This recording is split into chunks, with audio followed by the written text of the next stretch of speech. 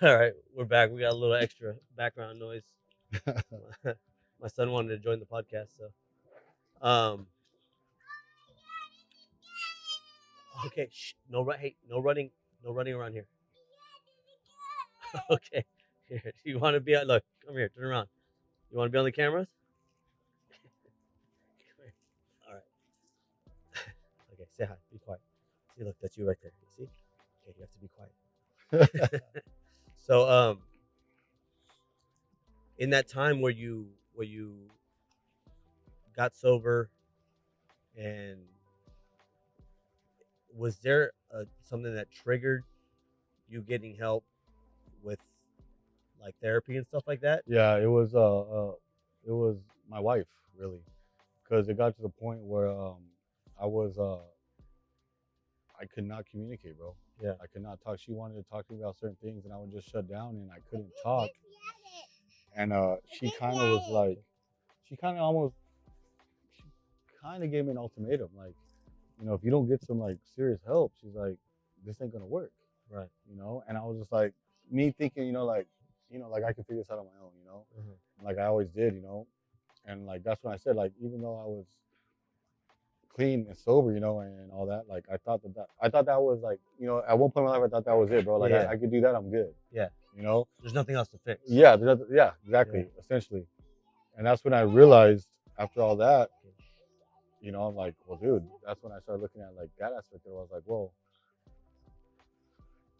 I do have an issue with this. I'm not just an addict, bro. I'm also fucking, I have childhood trauma. And, Right. And you have trauma that you haven't dealt with. And trauma I haven't dealt with. And there's no way in hell I'm going to be able to lead a life without getting that shit fixed, Right. And that's when, like, I wasn't opposed to therapy and things like that, but I just didn't, I guess I was more like nervous about it, like maybe prideful even, who knows, But then when my wife kind of put it like that, like she almost gave me an ultimatum, like if you don't get some help, she's like, we're not gonna last, we're not gonna make it. I think a lot of times too, people like if you can't talk to your loved ones. Yeah. Exactly. What makes you think you can talk to a stranger about like your deepest, like most like traumatic feelings? For me, it was kind of the opposite for me. I think that's what it is for a lot of people. Yeah, because once I sat there and like and then I chose, and I knew this is something within me, probably within my own trauma. I chose a female, bro. Because for some reason, maybe it's because of my thinking of my mom, something like that. Like, I felt like I wasn't going to be comfortable talking to a male about some of these things because it made me like, maybe that's the ego in me still, Right. So once we, how I don't know if you've ever been to therapy, so the first test, you're feeling it out, this and that, and then once I built that rapport, that confidence, or with her, just it was just like boom, bro. Everything was able to flow. Just flow, yeah. Yeah. It's like you get an hour per session, bro, and you're just like, once you start, you just go like. And I remember there were sessions where like I'd be talking, I'd just be bawling my eyes out, know, and that's when I really started making the progress on your mental health and healing, bro. Yeah. And like. Yeah, and that goes a long way, man. It goes a long way once you're able to heal from some stuff. There's a lot of shit. Everybody needs to heal, bro. Yeah. We all have trauma. Yeah. Every single person out here on the street, anybody you come across has trauma, bro. Yeah. And then, like I read this and I say, and I repeat this to a lot of people is, I'm not responsible for your trauma, bro. Right. You're not responsible for my trauma, but I am responsible for healing. Right.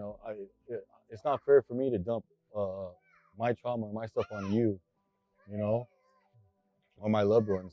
Right. That's not fair, but it is my responsibility to heal. I think that's what's going on in society right now a lot is people thinking that other people are responsible for their trauma. Yeah. And like you got I'm entitled to where you gotta deal with my baggage. Yeah. And you got to make me feel okay about my baggage. Like, no, your baggage is your baggage, bro. You figure it out however you like. And if you need help or you need tools to help figure it out, we're here to help, but because you like, again, you don't want to be the one to be a man about it kind of mentality. You know what I mean? Where it's like, hey, it's your trauma. You figure that shit out. You deal with it. And like you said, like going back on that, it's true, bro. Like I don't want don't that's like if I every time something's going going wrong. I'm just like, well, my mom passed away, dude. And I gotta do this. I gotta like, if don't use your trauma as a crutch either. Right. You know, that's Right. another thing. And that's it. Get help. Right. Get help and heal from it. Right. Because if you're using it so we're like that, now that's not right. Is a defense mechanism. Exactly, defense mechanism. You know, it's one thing if you're holding stuff in and you need to heal. That's one thing. But if you're out there and like you're like using it in your own benefit, right? You know, oh, I can't do this. I can't because of this. Because that's like to make excuses. Yeah, to make excuses. You know, that's when it's like your trauma is not my responsibility, but Yeah. your healing is definitely your responsibility. Yeah. You know, and there's a lot of people, adults, you know, old. It don't matter how old you are, bro. Yeah. You know, it doesn't matter if you start your healing process, you know, in your 60s, your 70s.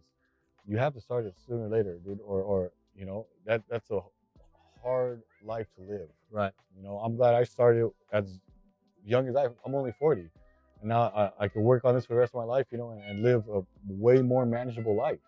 Right. You know, without holding on to this stuff and dealing with it, you know, because it's exhausting, bro. Yeah.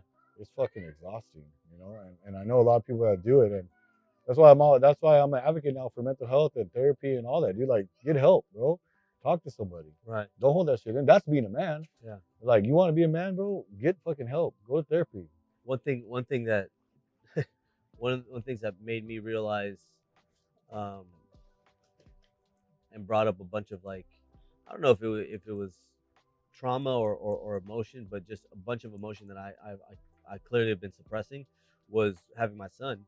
When he was born, there was this like surge of emotions I've never even felt before, because you have like this weird kind of like moment when you have when your kid's born, that, and I don't know if it's just me, but where you're scared, you're excited, you're happy, and like all like everything, like it's the craziest like rush of just like, holy shit, and like all you can really do is just like burst into tears or like start laughing hysterically, because you just don't know what to do with all these feelings. Like it's just all so much. It's just all at once, and you're just like, what the hell? And then like everything after that, like I'd see little things, you know, little videos about like, you know, a kid talking about a father, or like soldiers coming back from being away, and their kids, you know, and like I just start bawling, you know, like, and I'm like, dude, like, what is wrong with me? Right. Like it wasn't like, oh, I'm a sissy about this thing, but I was just kind of like, I just start like getting so emotional. I'd be like, where is all this emotion come from? So like, it just opened a floodgate, and I was like, yeah, I definitely have some deep rooted like emotions that I gotta kind of like sort out, because I've never gotten this emotional. Like I'd watch something that's really sentimental or something like that, really like, and I get choked up, you know. Like, but like to be like the simplest thing, and I just start like crying. I'm just like, dude, this is wild. Makes like, you think, huh? Yeah, yeah. It's like, exactly. What is going on that I can't either suppress these emotions or get them in check, you know? Because it'd be something like I'm scrolling through my phone, walking back from like the bathroom or something like that at work, you know, and like I just like stumble across this little like 5-minute video, and then like I got tears coming down my eyes at work, and people were like, I've been at work where I've got emotional at work, bro, and I'm looking, and I'm like trying to like fix myself. I'm like, bro, they're gonna be like, are you crying, bro? like, and then are you okay, man? You gotta go home. And then I think to myself, I'm like, and then who gives a fuck if I am crying, bro? You know what I mean? So it's just like, then you go through like you know, you go through these things where like, well, why can't I say, yeah, I was crying? You know, it's just like, you know, and that's nothing. And another thing I talk about, or I read about, and I talk about is this. We have to break this deep conditioning, bro. Yeah. You have the perfect opportunity to break that conditioning with your son right here. Right. You know, and so he can grow up and be in tune with his emotions and his feelings. Yeah. You know, where he could come to you if he's sad or depressed, you know, and you ain't gonna. And I'm not saying your dad did this to you. I could only speak on myself, but I know we're coming from a generation where a lot of times our parents were brought up that way too. Mm-hmm. You know, our dads were brought up the same motherfucking way. Yeah. You know, by hard-nosed dads, you know, that weren't telling them to be in tune with their emotions. Right. You know what I mean? Right. So, you know, if I ever do have a child, you know, which someday I might, if I don't, that's one thing, but I'm definitely going to break that cycle. That cycle. Yeah. You know, for sure. Break that conditioning, you know, of what that being a man really is, you know? Right. Or the definition of what a man is. Exactly. You know, it's like I try with him you know, and it's something that I make a point of is when he's getting like emotional or crying, I'll ask him, I'm like, what's wrong? What are you going like? What are you going through? Like, what's going on? And like, he's about to be 3, so he's like, for him to get it out is just kind of like, you know, But still, you're giving him that space to right. think about Think it. about it. Think about what you're going to think about. What like you're crying. Why are you crying? Why? Yeah. What's wrong? What's wrong? Is something wrong, or are you just being fussy? And I'll let him know. You know, hey, look, like because there'll be certain times like right now, it's like it's nap time, so I'll be like, look, you're tired. You're tired. This is why you feel that way. You'll be crying and bawling. I'm like, hey, look, it's okay. Relax. You're you're you're tired, and that's why you feel this way. So just relax. It's gonna be okay. Let's breathe. Let's breathe. And I've been doing a lot of kind of like breathing, like mentoring with him. Yeah. Where it's like, hey, That's let's settle good. down. Let's settle down. Let's take a deep breath. Let's gather our emotions, and then now what's wrong? Because I can't understand you when you're crying. Yeah. I can't understand you when you're babbling. So like, let's and let's then figure it out. And then on top of it, that's also that's a test on you as well. Right. You know, testing your reaction. Right. You know, because that's one thing coming back to mental health and everything is our reaction, bro. Yeah. What I learned is like, how did I used to react to things in the past? And how do you react to things now? Because our reaction is something very big, as far as like to an emotion, to a person, to a feeling. Right. You know, your son's crying, bro. You could easily be like, shut the fuck up. Yeah. You know what I mean? Yeah. Or you know, and that can be with anything, with the coworker, with the spouse. Yeah. Trigger. You know? How do you react to that trigger? Right. You know, and that's another thing I've been working on too, is sitting within that moment. For me, what I learned through therapy, and it's something simple, is a lot of the times I'll pause. Right.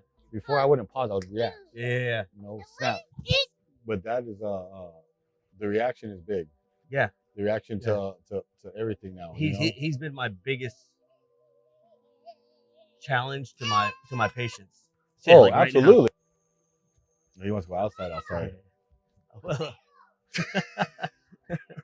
Well, I'm telling you, dude. Like, yeah.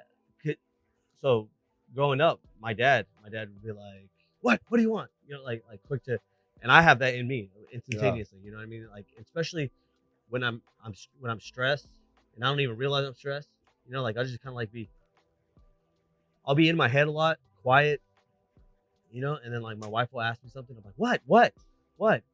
And she's like, all right, you don't have to be an asshole about it. And I'm like, and I'm like, I'm not trying to be an asshole. Like you're not. And I don't know why. I don't know why I responded that way. You know, but in the moment, it's so hard to sit there and like reflect on why you're doing what you're doing. Like you said, like taking a pause and taking a moment, like, hold on, is she right? Am I right? What's going on here? Like, am I justified in my feelings? Is she justified in her feelings? And it's so hard to like capture those emotions, capture those feelings, capture all that for a second, just to sit back and like think, like, hold on a second, am I tripping? Is she tripping? You know, because there's times where like she's going through some stuff, she's emotional, she's not handling her stress very well, and she snaps at me, and then I snap back because it's like, well, tit for tat. Yeah. You realize what you just said to me? Like who what's fair here? You know what I mean? Like, let's be honest. That's another thing I had to.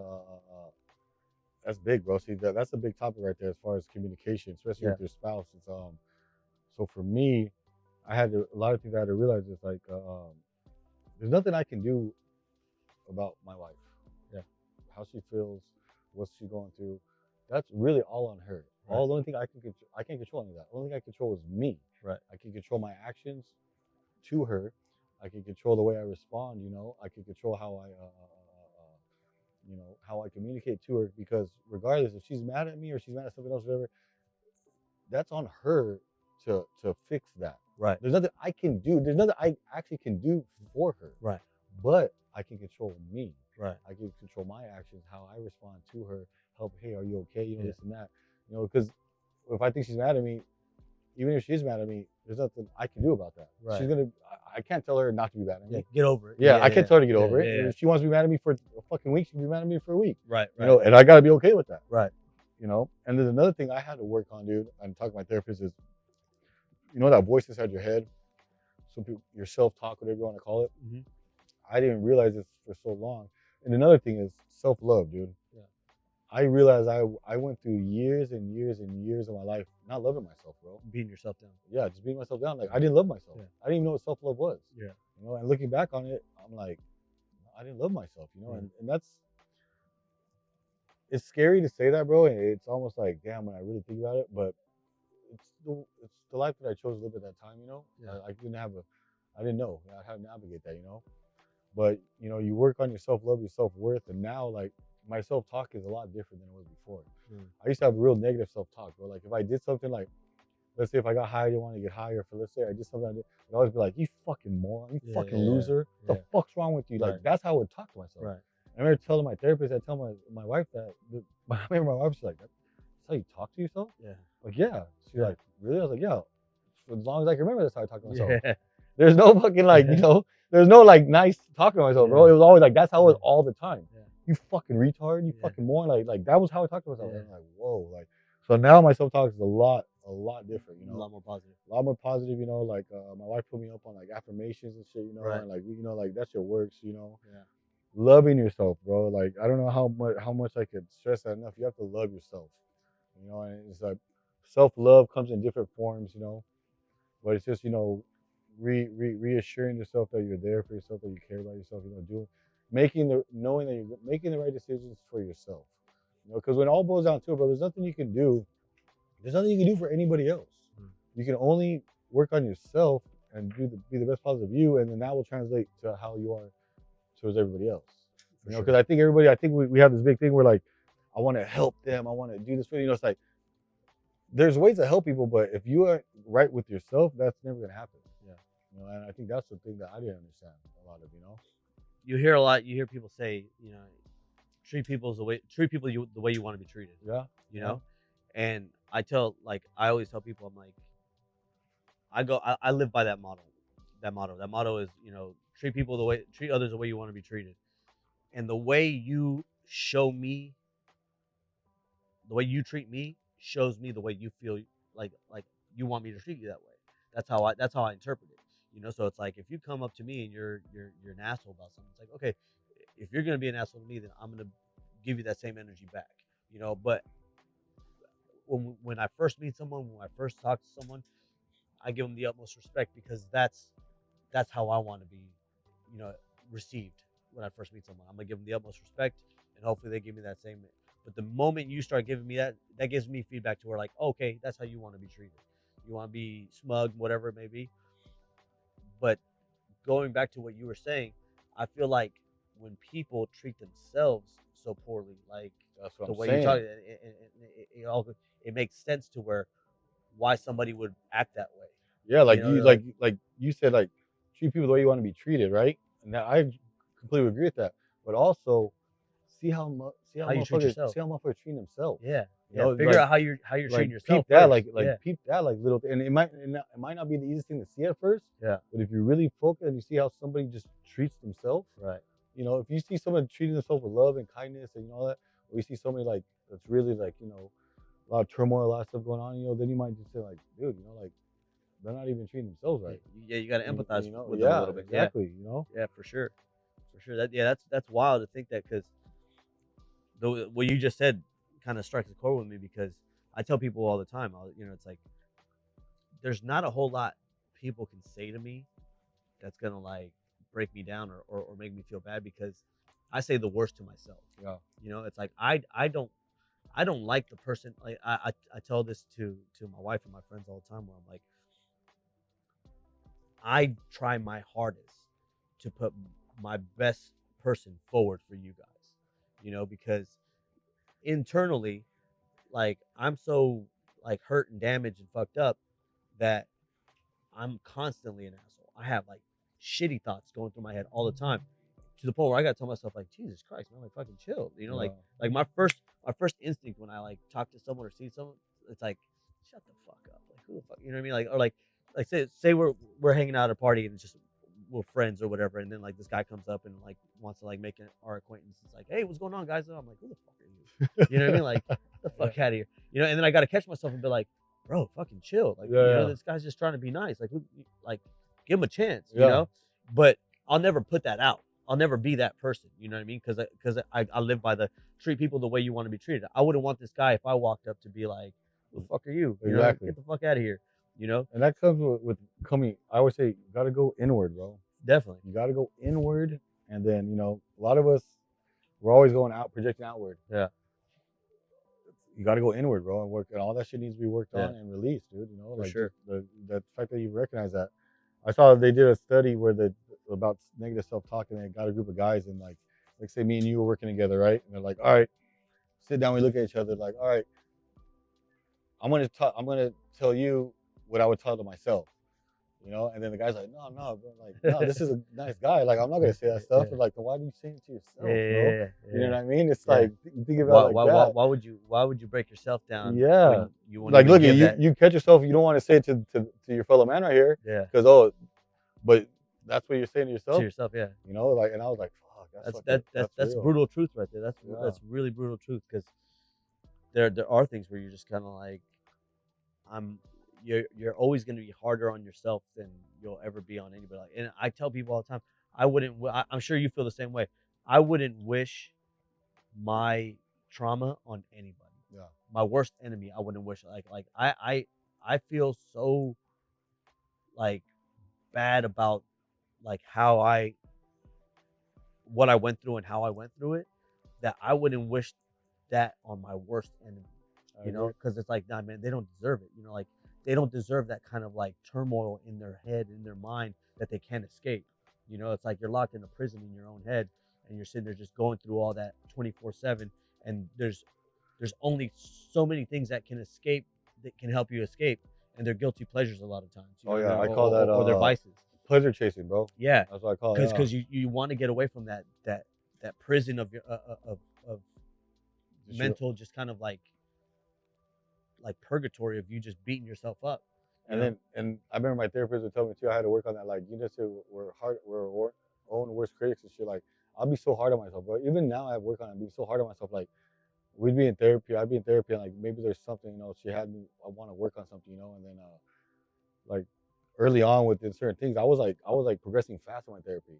Like working on things she'd give me, and then outside, but the next session I did this. She's like, wow. She's like, that's good, and like and I'm like, yeah, but I need to do this, and then she'd be like, see, pause. She's like, give yourself some recognition. Right. Like she'd have to tell me that so many times, bro, in so many different sessions, where the minute I would make some progress right here, it'd always be like, well, I need to fucking do this, and then she'd be like, yo, one speed. Yeah, see, speed. And she'd be like, yo, she's like, dude, like, give yourself some fucking like you're doing good, like take a moment. And I would never do that. Yeah. I'm like, okay, I did. And it's like, bam, but I need to do that. I'm a piece of shit here. I need to fucking do it. Like, and that's something that even today I struggle with. It's just like, taking this chance to realize, okay, man, I'm progressing. I'm doing a little bit better, because I've always been hard on myself, dude, and so I'm still hard on myself, and it ain't easy, bro. No. I tell people all the time, this shit is not easy. Man. I'm glad that you told me, because we had talked about coming and talking about this stuff, and I'm glad that we're talking about this, bro, because it needs to be talked about. Definitely. And men need other men to talk about, and like either a mentor or a men's group, and I'm not talking about sitting down talking to a friend that's gonna sugarcoat everything and pat you like, oh no, bro, you don't even worry. No. I need to tell you some shit. You need to tell me some shit, and I need to we need to be like, yeah, bro, you're right. You're fucking up with this, or you know, dude. That's what we need. Yeah. We don't need this fucking sugarcoat dude telling us like, oh, it's all good. Yeah, we don't need enablers. Yeah. Enabler. That's what we don't need. You need like a mental health sponsor. Yeah. I say I go. You either got to have a real good homie that's gonna listen to you and tell you how it is, which I hope every man at least has. Yeah. Or you need to have a mentor, sometimes mentor, or you need to find like a men's group. And you need to reach out and find these people, these other men to talk about this stuff, dude. And it's real, dude. Like it ain't gonna go away.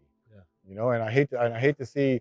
It's so easy. Like, hey man, fuck it. Let's go get some beers, bro. Let's go pound this. Let's go. Hey, bro, just go forget about it. Go get laid, bro, or go. It's like that's always been like the thing. Like, oh, just go get a piece of ass. Go get some drink. Go get a bag of fucking. And it's like, no, bro, that's not fucking what you need to do. Temporary pleasures. Yeah, it's like that's no, man. Like it's not like you need to talk about this shit. Right. You need to heal. We need to heal, bro.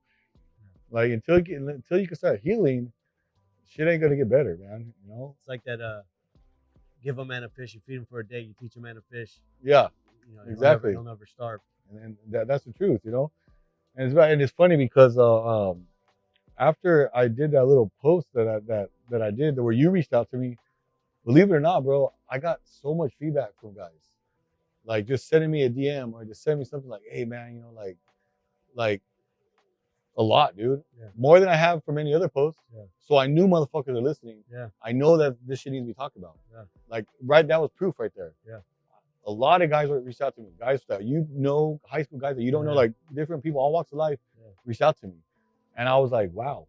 I was like, see, this shit does need to be talked about. This shit does need to be put out there, you know. And you know, and if I can do it any way, dude, or be advocate for it, I'm gonna do it, you know. 100%. I need to, you know, I thought about, you know, doing more, getting deeper with it, you know. That's gonna be another venture for me. You know, I've thought about it. I just need to, you know, take the time to really get the ball running on that. But I think well, anything I can do to help, bro. Yeah. Anything I can do to help, I'm there, and I'm we'll go ahead and end on that note because yeah, that's beautiful, man. That's great, and I'm glad we were able to have this conversation. Hell yeah, man. Me too. Me too. All right, man. Appreciate it. Always, man. All right, you guys. We'll catch you on the next one, and until then, see you. Shoots. And I've been down.